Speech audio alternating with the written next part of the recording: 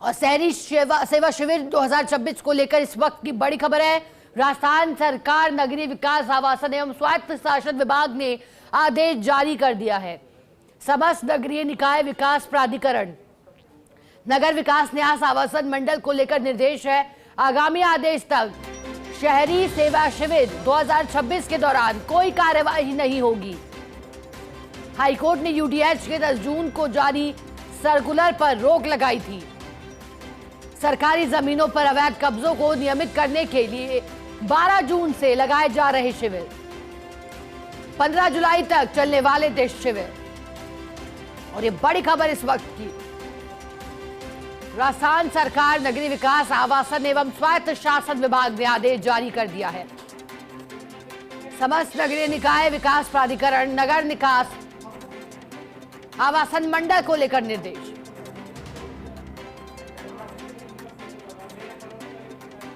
आगामी आदेश तक शहरी सेवा शिविर 2026 के दौरान कोई कार्रवाई नहीं होगी।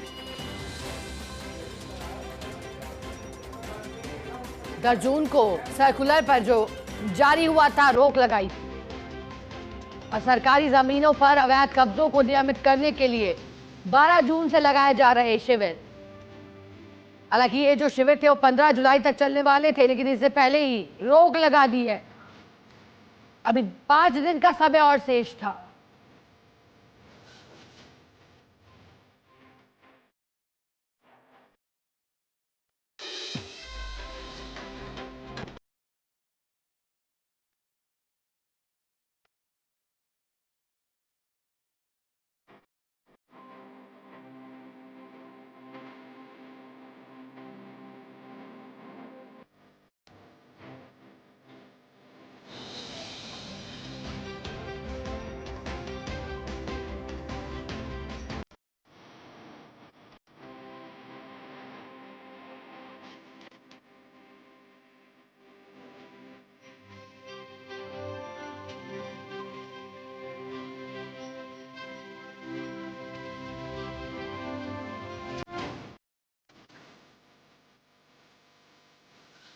चलिए हमारे से और एसोसिएट एडिटर अभिषेक श्रीवास्तव हमारे साथ जुड़ गए। अभिषेक जी, जानकारी पूरी खबर पर विस्तार से।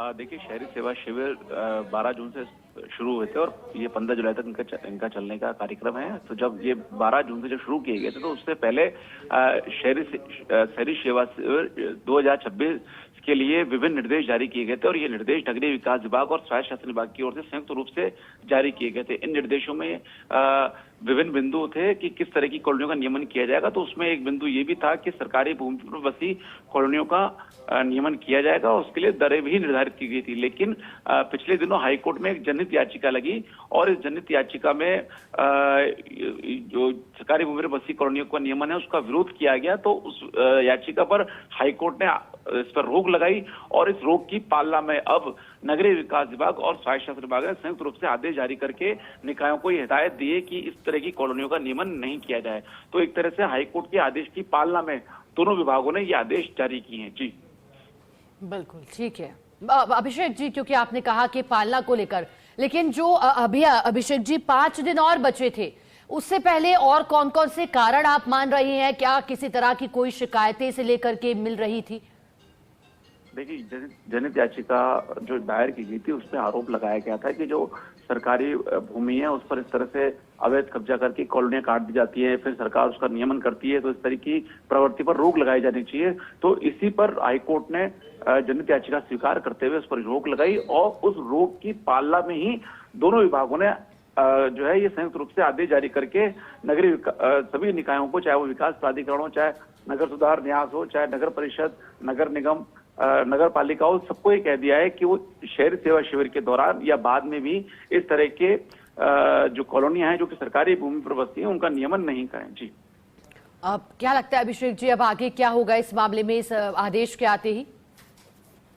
देखिए, इस आदेश का मतलब ही यही है कि इस आदेश जारी कर दिया है तो इस आदेश अब ये प्रभावी हो गए हैं। तो आदेश प्रभावी होने के बाद ये तय हो चुका है कि अब इस तरह की कॉलोनियों का नियमन नहीं किया जाएगा। ठीक है, बहुत शुक्रिया आपका अभिषेक जी, साथ जुड़ने के लिए, जानकारी के लिए।